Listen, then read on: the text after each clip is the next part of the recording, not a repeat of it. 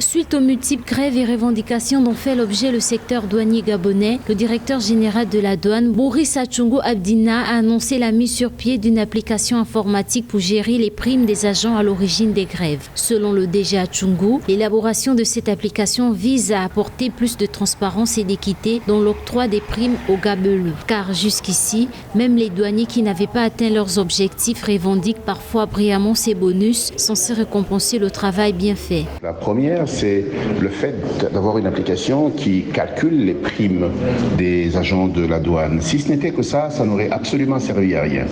Mais lorsque vous lisez entre les lignes, la question est plutôt une question de performance.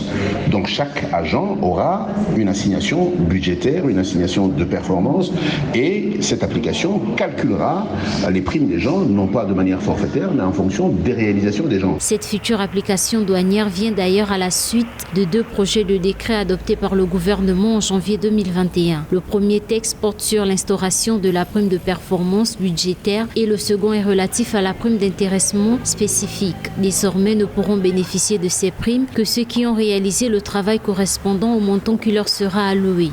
Ça obligera les gens d'abord d'être sur les lieux de travail, mais également de travailler dur pour être en mesure de mériter leurs primes. Je crois que c'est une bonne manière de mettre sous contrôle les agents douaniers dont on sait à travers le monde qu'ils sont très indisciplinés et malheureusement fortement corrompus. Notons que depuis près de 6 mois, les régies financières au Gabon sont secouées par les grèves. Au cours d'une rencontre avec la presse le 17 novembre 2020, le porte-parole de la présidence de la République gabonaise, Jessie Ella Ekoga, avait estimé que cette grève coûte environ 30 à 40 milliards de francs CFA à l'État par mois.